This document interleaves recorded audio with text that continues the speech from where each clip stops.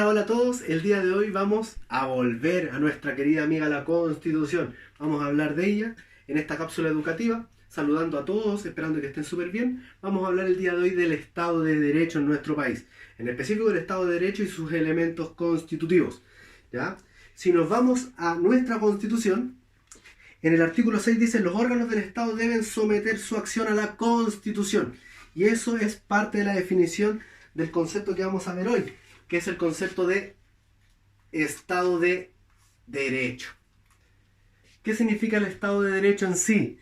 Es donde gobernantes y gobernados se someten a la misma norma fundamental, en este caso la Constitución. Ojo con eso, gobernantes y gobernados, que te haga clic porque hay veces que quizás no ocurre eso, ¿ya?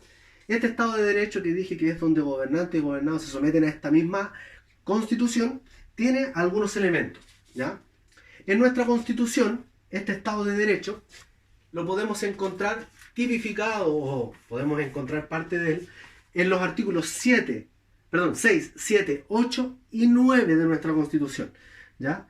Y este Estado de Derecho tiene algunos elementos. En específico son 5, ¿ya? Que vamos a analizar.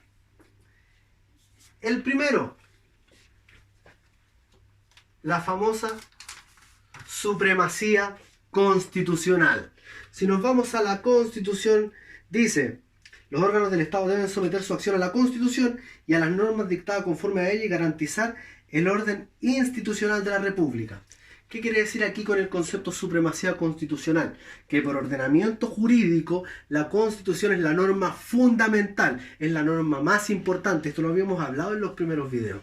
Es la norma más importante y por lo tanto ninguna otra ley puede pasar a llevar la famosa Constitución, ¿ya? Ahí, como lo ven en la infografía, ¿no es cierto? Por ordenamiento jurídico, la principal norma es la Constitución, ¿ya? Esto está tipificado, o podemos quizás verlo por ahí en el artículo número 6. El segundo elemento que podemos encontrar, o principios del Estado de Derecho, es la llamada responsabilidad y legalidad, que lo podemos ver por ahí en el artículo 6 y 7. Por ejemplo, si vamos a la Constitución, dice: los preceptos de esta Constitución obligan tanto a titulares o integrantes de dichos órganos como a toda persona, institución o grupo, ¿ya?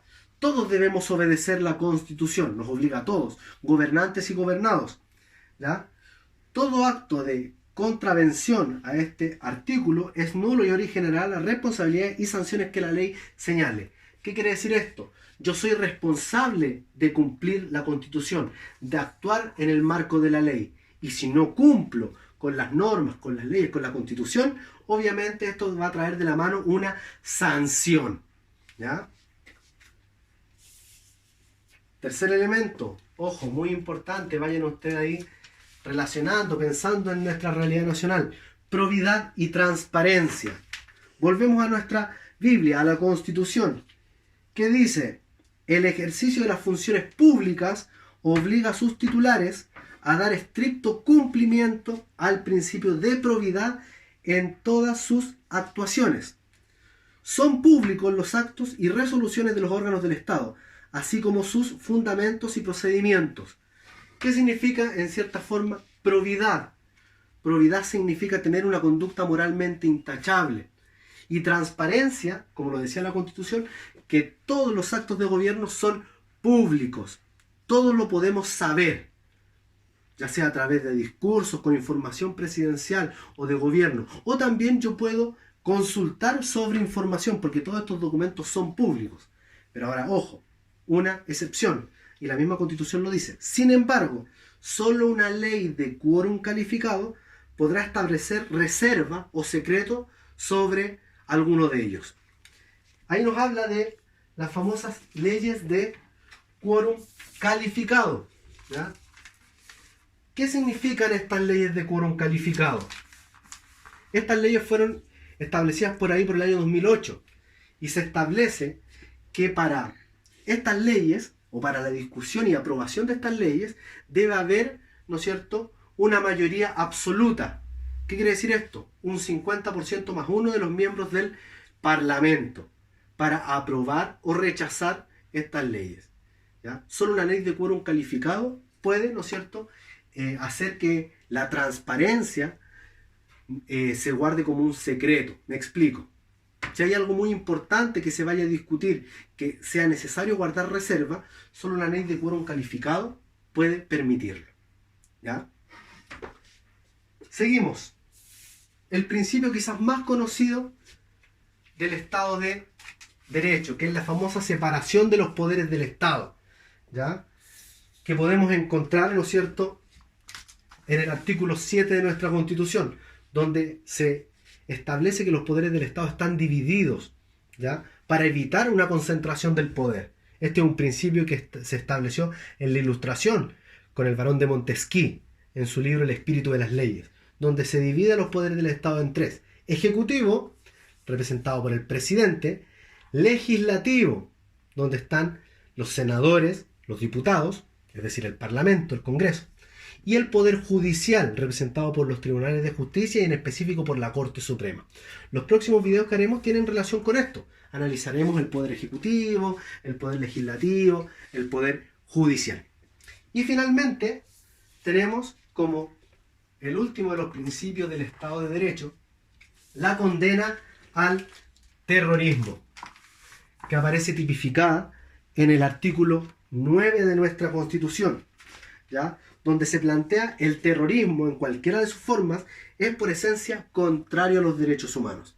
¿Ya? Solo se plantea eso, no se define el terrorismo como tal, ya que eso está tipificado en la Ley Orgánica de Terrorismo.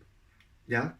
Entonces, sintetizando, el día de hoy hablamos del Estado de Derecho y sus principios, entendiendo Estado de Derecho donde gobernantes y gobernados se someten a la misma norma fundamental, que en este caso es la Constitución, y tenemos 5 principios. Supremacía constitucional: la Constitución es la ley más importante, o la norma más importante en el ordenamiento jurídico. Responsabilidad y legalidad: yo soy responsable de mis actos y tengo que actuar bajo el marco de la ley si no recibo una sanción. Probidad y transparencia: los funcionarios públicos deben tener una conducta moralmente intachable y todos los actos de gobierno son públicos, a no ser que establezca lo contrario una ley de quórum calificado. Separación de poderes del Estado: 3. Ejecutivo, representado por el presidente; legislativo, bicameral, senadores y diputados; judicial, Corte Suprema, tribunales de justicia. Y finalmente, condena al terrorismo porque es, ¿no es cierto?, una forma de atentado contra los derechos humanos.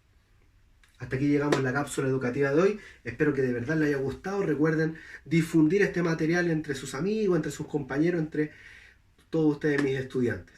Un fuerte abrazo, cariños y besos para todos ustedes. Y nos estamos viendo el lunes en una nueva cápsula educativa. Chao, chao.